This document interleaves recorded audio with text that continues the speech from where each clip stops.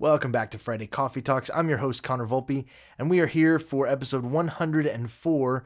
We are talking over coffee on Friday. I have been teasing for some weeks now about a big episode coming. It's not the only one, but this is the big one, ladies and gentlemen. This is what we call in the business a big get. I'm not in the business. Don't let me fool you. But I've got a great one for you today. It's something I've been really looking forward to for a very long time. It's an interview that I've been trying to pull together for weeks now, for months probably. And there is no bigger person that's had an impact on this show than today's guest. So no more beating around the bush, no more secrecy. Let's get right to it. Please enjoy my conversation with my lovely wife, Mandy Volpe.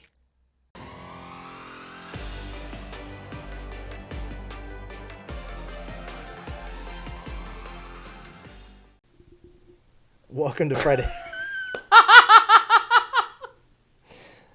This is going to be a disaster.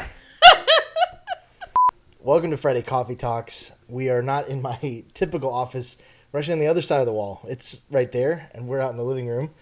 This is something I've been trying to do for a long time. I've been kind of begging you for quite a bit. I have a lot of restraint. For time to do it. Mainly the biggest thing has been I've needed to clean up this room from all of our kids' stuff so that we have a spot to film it, right? I mean, we kind of turned it into like a movie zone. Yeah. With a bed and a blow-up bounce house. It's been purposeful. It's been good. It has been good. But right now it's an interview I'm just going to go back to that after this. If you can't tell, we're here for an interview today, and I'm joined by mother, wife, entrepreneur, director, marketer, supermarketer, social media wizard, proprietor, wonder developer.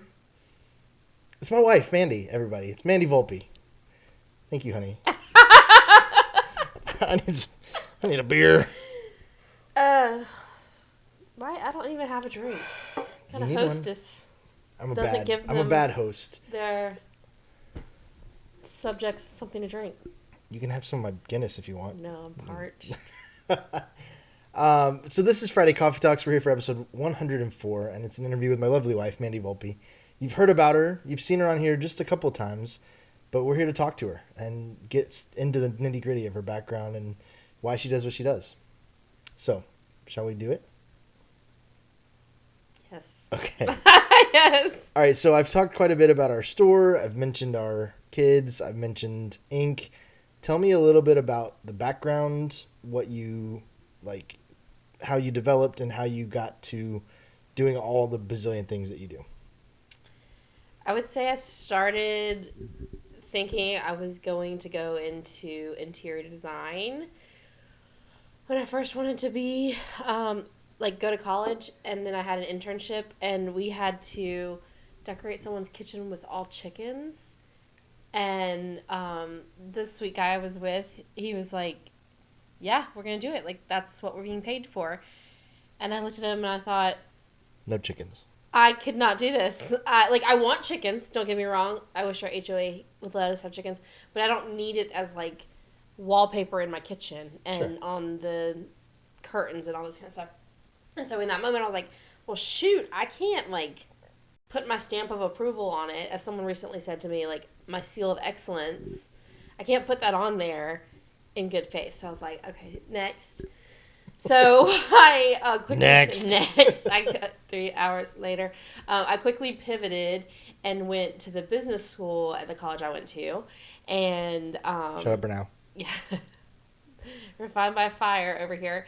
And so I thought, okay, well, I could do, like, event planning. Like, that would be fun. I mean, what girl didn't think about doing that when in 2005? Careful. You're dating yourself. I know. I'm trying to figure out when that was. 2005. But it led to me being able to do event planning for the university. And then it led me to do event planning at a bigger university, Go Jackets. And so, which is where we met.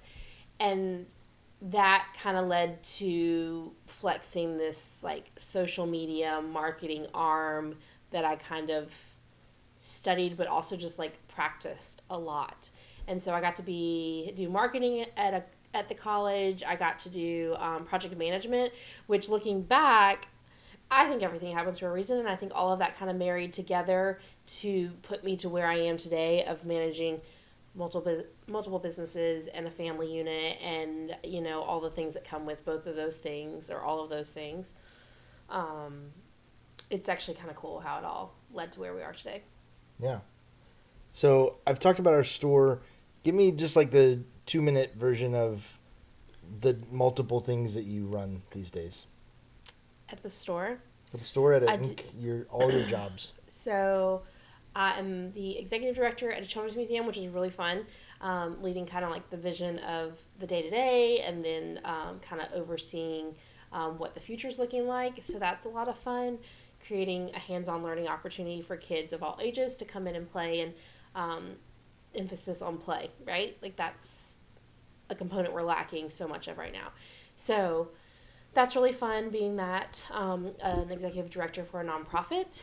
And then, that comes with so many things. Overseeing staff. I think our staff is 19 people. It's getting donors. I just got back from a city hall meeting. Like, it's just all the things. It's never dull. And then my team keep it interesting, too. And then Piggy Joe's we just started, a year and a half ago. You said just started. It feels like it was forever ago. Well, we got our, name, it would be 2 years ago at this point. And then we kind of started a year and a half ago. And that's been really fun. What I wanted to kind of be, my side project after some wise counsel has truly turned into, our little family business, which is really fun. I think, I don't know if you think it's fun, but I think it's fun to have the kids so involved and being excited for what's happening, who's in the store, new products. It's so hard going into the store and they're like, Mom, I need this, I want this, da, da, da. Or we go somewhere else and they're like, Mom, look, we have this. It's just really fun. And they have little avenues that they help with at the store, which is great. And then I would say I'm the CEO of our Volpe family. So for sure.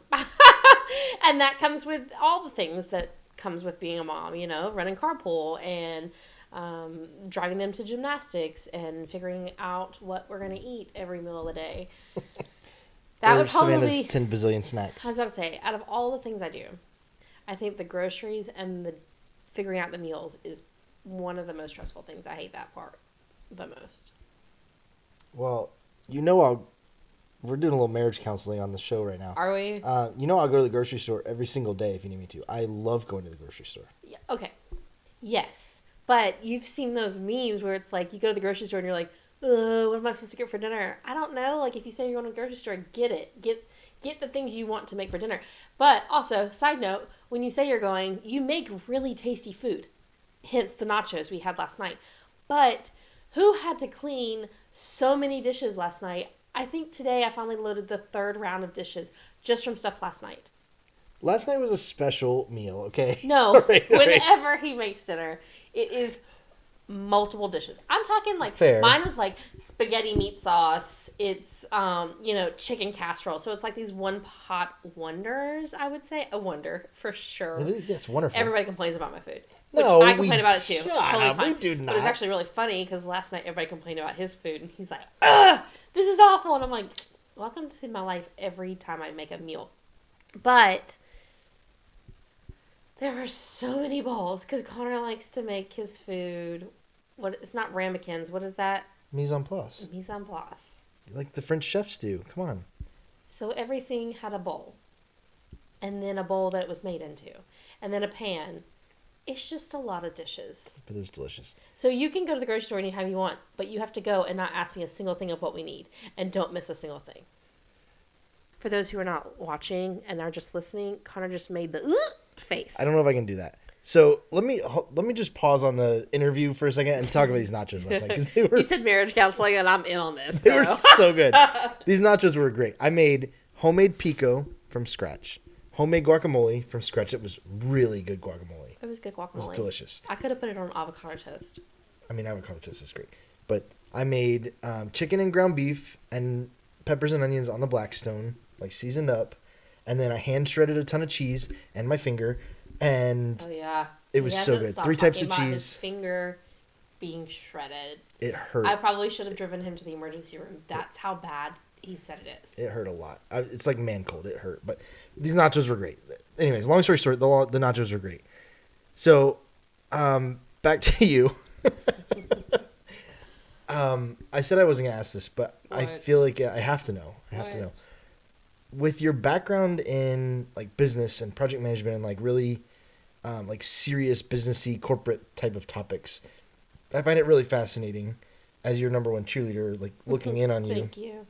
That you ended up in not just one but multiple kids-focused businesses.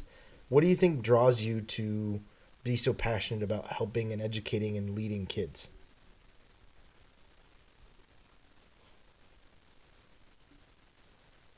I think there's a big component missing in the education world, which I could go off on this, but I'll try not to. But, okay, so we have a kindergartner and we have a first grader, and my kindergartner, it took me up until probably about November, December for her to keep coming home and saying, Mom, I want to go next door and play with my friend. And I'm like, sweetheart, you've played with that kid all day at school, which I love the family next door. I love them so much. I'm like, yeah, I play with them all day. But she's like, I want to go play with them. And I'm like, you played with them all day. And she's like, no, we didn't. We did reading and writing. I'm like, okay, whatever. Okay.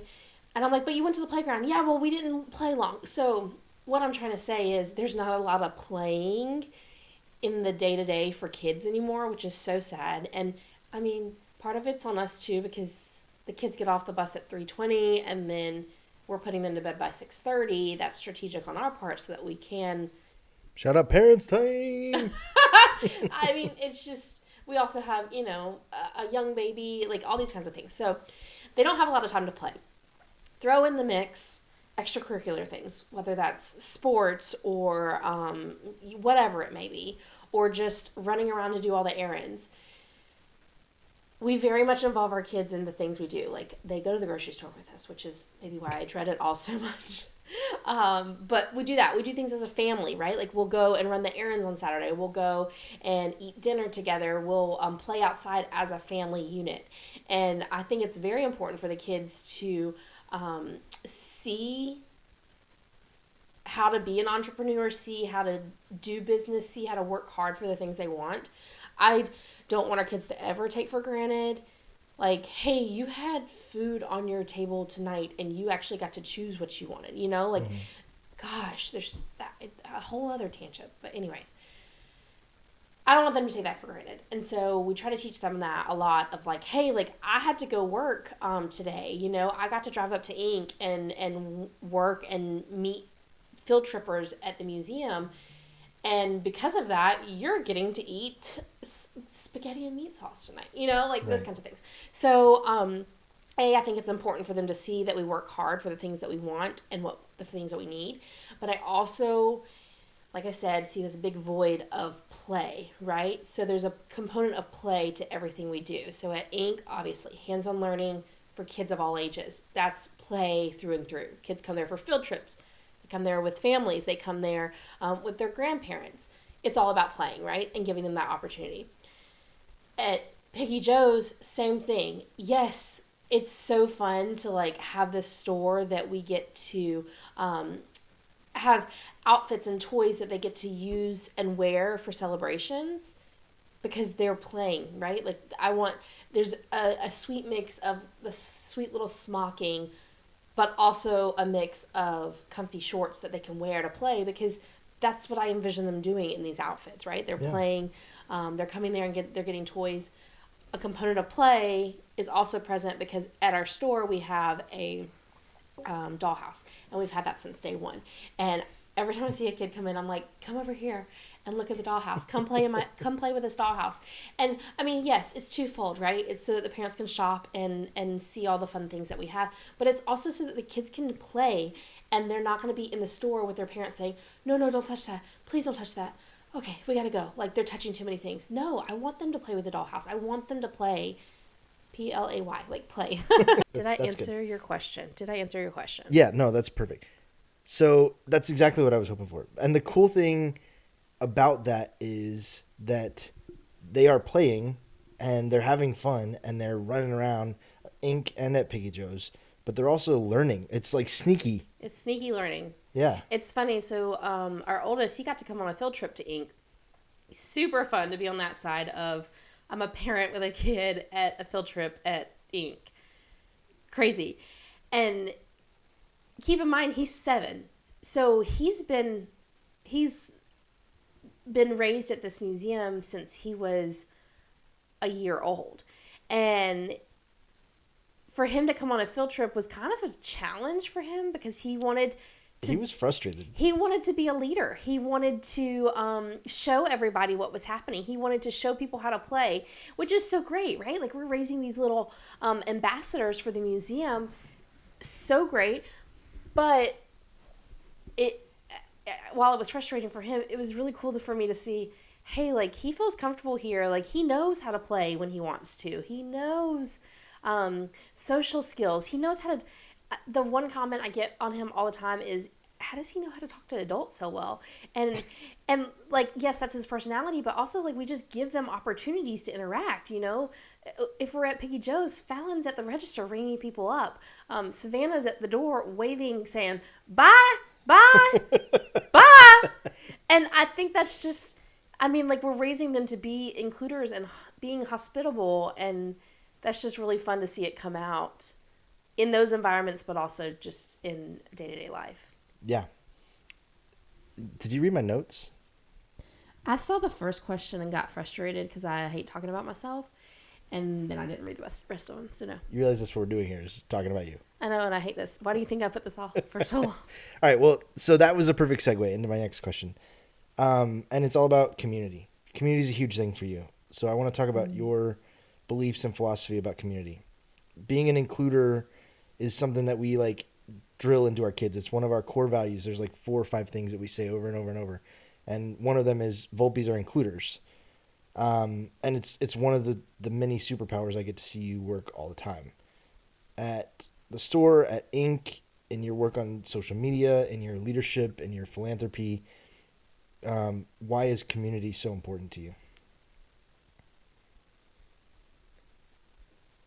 Maybe I should have read the questions. I think in community is really important because you can't do anything alone. And you can go a lot further with a community rather than by yourself. I see that at Ink, of people believing in the mission of play and believing in the mission of educating kids and showing them what a vocation for their future could look like. That's done through whether volunteering or through monetary support. I think that's incredible. It is 20 years in the making because people believed in it and community has rallied around it. I look at Piggy Joe's and the community that's there, and it's, gosh, I'm like so invested in them. And it's like, you know, like if you're on Instagram and you like follow the influencers and like you're invested in, oh my gosh, like, are they about to have a baby? I'm so invested in that. Or, oh my gosh. You're so good at spotting that too, by the way. What? Mandy can call when somebody's pregnant way before they make it. Like, public. Yeah. I'll like write it down or like make a mental note of it, and then they announce it. And I'm like, Connor, look at my notes. She's like, I knew. This is when I knew. And it's not that somebody looks that way. I don't know what it is. It's just like, I don't know. I kind of like have a feeling. I don't know. It's weird. You're pretty spot on with it too. I'm Yeah, sorry. It's pretty Continue. Cool. Now I lost my train of thought. But community and like on Instagram, or I say Instagram because I love Instagram. But like you like are invested in these people's lives. Well, it's the same way for the store, right? Like there's so many people that come in there now that I never knew before we had a store, which is cool to me, right? Like it opens a whole new world, and getting to see these projects that people are creating. Like one of our customers, gosh, I feel like it was a year and a half ago, came in there and was like, "Hey, I'm creating this nonprofit in the community. It's just a dream." And I'm like, "Well, shoot, go for it," you know? And then it was a month ago, and we went to their like fundraising dinner, and they're having like their first thing this summer. Game time, yeah. Yeah, like it's just so cool, like that people would allow us to be a part of those conversations and those dreams. There's so many little kids. So we're in Buford for our store, and while we have lots of Gwinnett County School kids that shop at Piggy Joe's, we have a lot of the community from Buford, because we have spirit wear and we have school uniform pieces. There's a good chunk right now that they're preschoolers and they're about to go into kindergarten, and I'm like so invested in these kids that are like trying to get into the school system.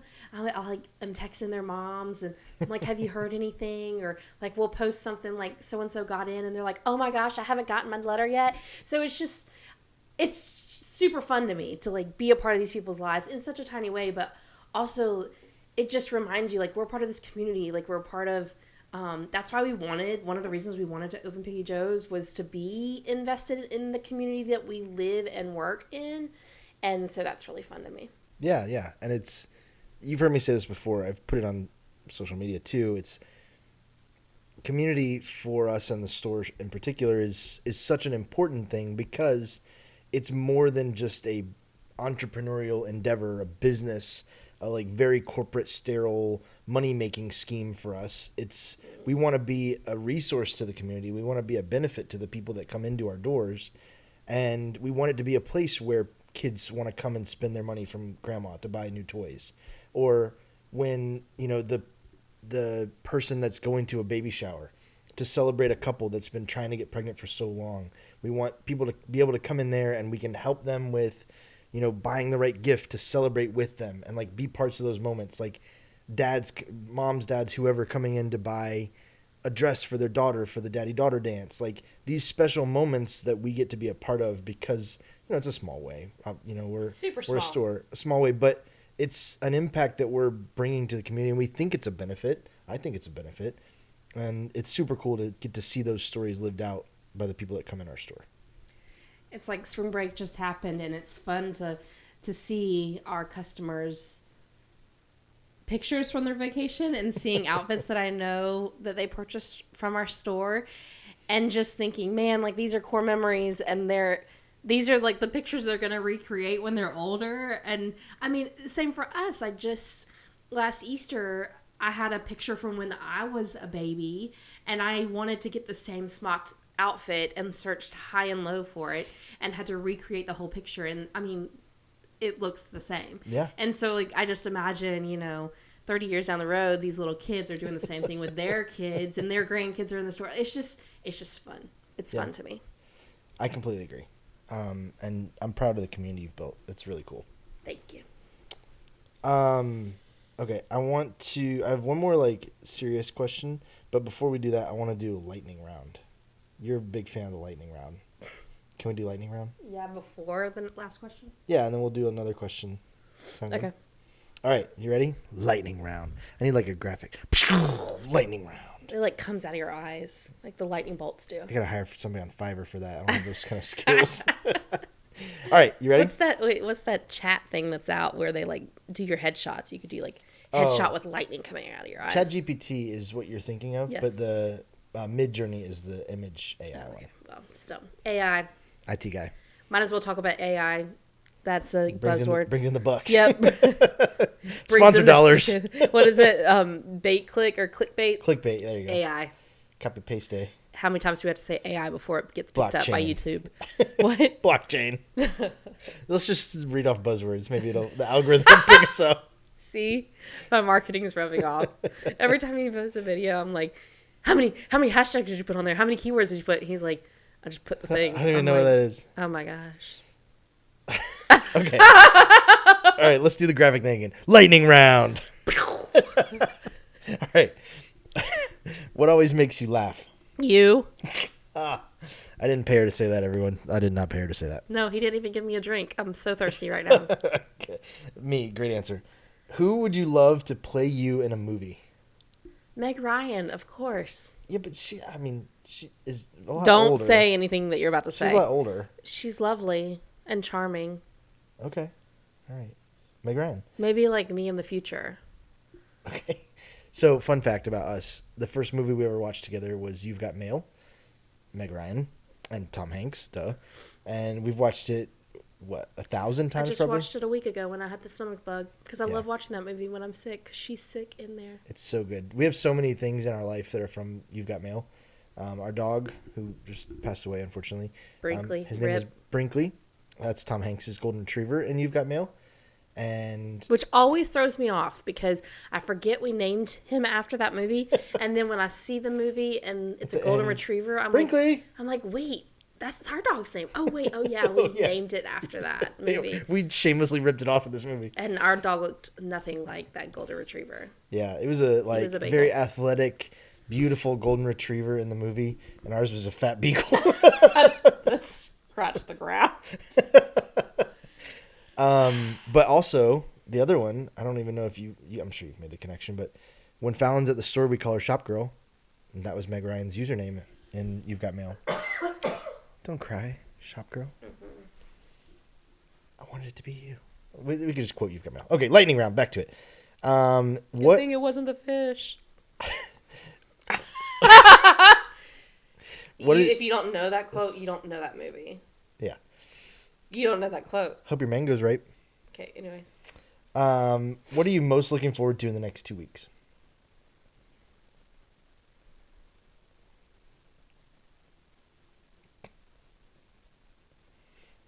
I'm having that mom moment where I'm like processing a whole bunch of things that are happening in the next 2 weeks. This is supposed to be a softball. We've got something big coming in the next And I don't want to week. say that because, hello, internet. This is super corny. It's market day in the next 2 weeks at the kids' kindergarten class, which means like each class does a little bitty shop, if you will. And so like last year the kids' class was arts and crafts, but like they're earning money and they get to spend it at the different classrooms, the different kindergarten classrooms. One teacher is super cool and sets it up as a movie theater. So you buy a ticket to the show, you buy the candy. The kids are walking around with signs to market it. It's chaos on the kindergarten hall for that hour and a half or whatever. But it's so fun. So I'm really looking forward to that. Okay. Yeah. Good. If you could be famous, what would you want to be famous for?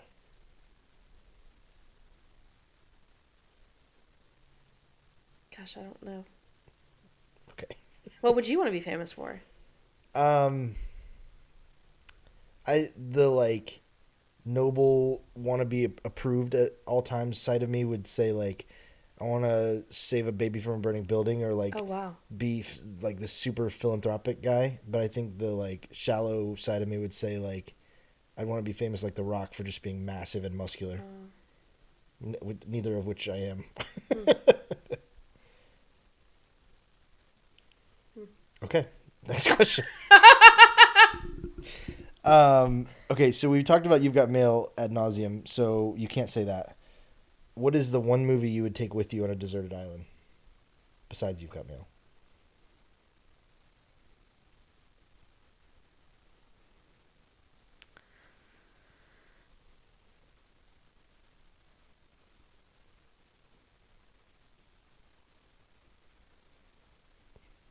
I'm sorry, I'm trying to think. I gotta put the Jeopardy music in Yeah, here. why didn't you put these questions on there? I would have read it.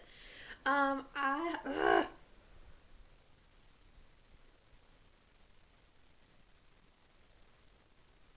like coming up blank. Okay. I like that movie. Gosh, we just watched it. I feel like it's the one with Justin Timberlake. Really, is what it is. Oh, Friends with Benefits. Yes, because Justin Timberlake, he just makes me smile. He is really good. I love Justin Timberlake. What else was he in? There's another movie he was in that I like. I love that movie. Okay, I know what it is. Okay. Step Brothers. Yes, That movie Yes, I was hoping you'd say that. is good. It's When really I was good. writing these questions down, I was like going through what I thought you would answer, and that was near the I top of like my Step list. Brothers. Yeah. It's also one of those movies like you can do anything else and still know what's happening in the movie. I love it. And very quotable. You have to call me Nighthawk. All right, moving on. If your kids could only remember one thing about you, what would you want it to be?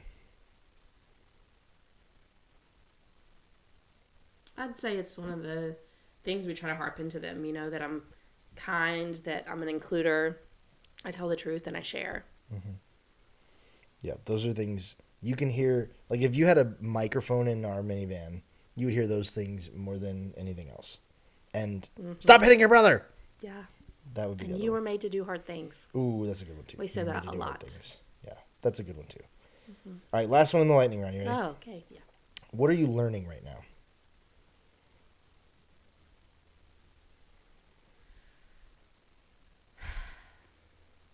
Well, I lost my mom 3 months ago, so I'm learning about grief. Next. Okay. All right, so you touched on it, and we've talked about it a bit, but in almost everything that you do, there is an element of imagination and wonder. Why do you think it's so important to cultivate those things in kids and to keep it alive in adults? I think we too quickly have lost our sense of imagination. And it's interesting. I compare it to my 3 different kids, right? My firstborn and my secondborn, in terms of imagination, are completely different. Yes. And I feel like one will outgrow imagination a lot quicker than the other. Just because of their desire to learn and know more, and also just because of their temperament. That, but also like they want to grow up. They want to grow up so quickly. So I think it's important to keep imagination as long as possible. It's funny, at Ink, people always ask, well, what's the best age to come to the museum? And I always hesitate because I'm like, well, depends on the kid. It depends on their imaginations. And they're like, okay, well, that's a pretty lame answer. And I'm like, no, if you have a 12-year-old in there that's with a 4 or 5-year-old, they're gonna play pretend. That 12-year-old is gonna play pretend, and they're not gonna feel weird about it. They're gonna jump in and be a pilot, or jump in and build a huge structure out of the building blocks. But if you had that same 12-year-old in the museum by themselves, obviously with a parent, because we don't let kids in without parents, but if you had that same 12-year-old in there by themselves, not with a younger kid, they're going to get bored very easily. And that's not because the museum is not designed for them. It's just because kids outgrow the ability to use their imagination because they're so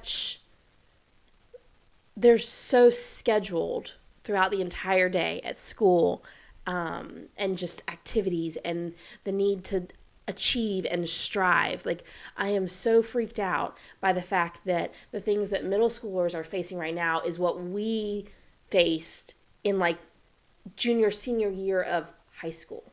Right. Or even freshman year of college. Like, it's all backed up, and there's so much pressure to get things done. And I get it. The education system, it's smart. It's smart to get your like college credits and start getting those in the younger years, like the early years of high school or even in middle school. Get them out of the way. Go ahead and get some of those stuff done because there's a higher success rate for them to actually finish high school or go to college if that's the route, or figure out their specialty. But shoot, I had to give a presentation to 7th graders a few weeks ago about choosing their career path. And those kids, they just wanted to play. Yeah. Like, they didn't care if they were going to be doctors when they grew up. They were more concerned on if I gave them the question of, like, what kind of exhibits would you have at Ink if you were designing it.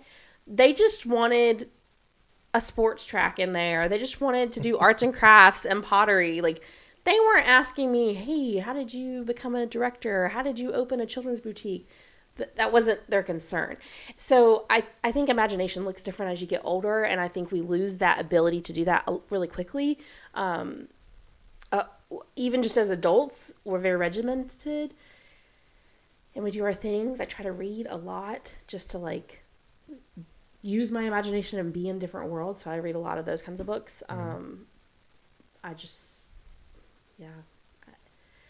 there's got to be more time to play and more time to use your imagination and come up with silly things. Yeah. I love it.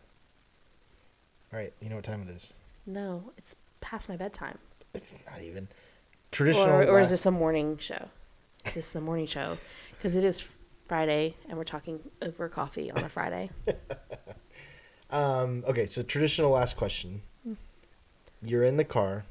Savannah has thoroughly beaten you up verbally to convince you to go to Starbucks or the nearest local coffee shop, Cavaco, Break Roasters, whatever the case may be. You walk in. What is the go-to order at a coffee shop for Mandy Volpe? A hot chocolate that's soy. I'll still take the whipped cream on it, though. Yeah. Not a coffee person. Not a coffee person. Not a I'm soda person. I like not a caffeine person. No, not a caffeine person. But I did realize that when I take my migraine medicine, it has caffeine in it. So I don't know how I feel about that. Uh-oh. Ladies and gentlemen, you heard it here first. Mandy's going to become a coffee connoisseur all of a sudden. I'm not. I hate the way it smells. Actually, when we were having our kids, every time I was pregnant, could not stand the smell of coffee. Yeah. But I do not like coffee. I would go for the hot chocolate, or honestly, I just like the food. So if I'm at Starbucks, I like their food selection. Tell us about what it is. No, I'm not going to tell you because then y'all will go and make a run on it, and I'll be missing out on it. All right, I won't say it, but there's one thing at Starbucks that she goes crazy for, and it's the best. Sourdough, grilled cheese. Ooh. Yum. She spilled the beans. You have a couple drink orders, though. I mean, the hot chocolate is definitely the go-to. Yeah, I like a pink drink. And then in the fall, you like. But I love their ice, so if I'm getting that, I'm like, I want a grande pink drink in a venti cup with extra ice. So it's just the grande price, but Bigger it's in a cup. venti cup, so it has extra ice and very cold. I like a very cold drink, like super duper cold. We could not be more different there. I don't hardly ever get iced drinks at Starbucks or a coffee shop ever. I'm like, it could be 100 degrees outside, and I'm like, give me the hot latte, and you're always like the coldest it could go. I just like cold drinks. It hits real good. Yeah. All right. Well, that's perfect. Thank you so That's it? much. That's it. Thanks. Thank you so much, Mandy, for doing this. Did this live up to your expectations? I think it was a lot of fun. I enjoyed it. Great. Thank you for being here. Thank you for taking the time. Thank you for letting me set up the basement into a set. Mm-hmm. And thank you for joining us. This has been Friday Coffee Talks episode 104 with my lovely wife, Mandy Volpe. Thanks so much for joining us, and I'll catch you next week.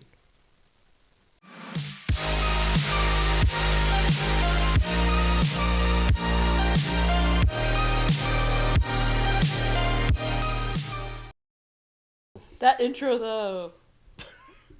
Did the thing already happen? Yeah, it will have already happened.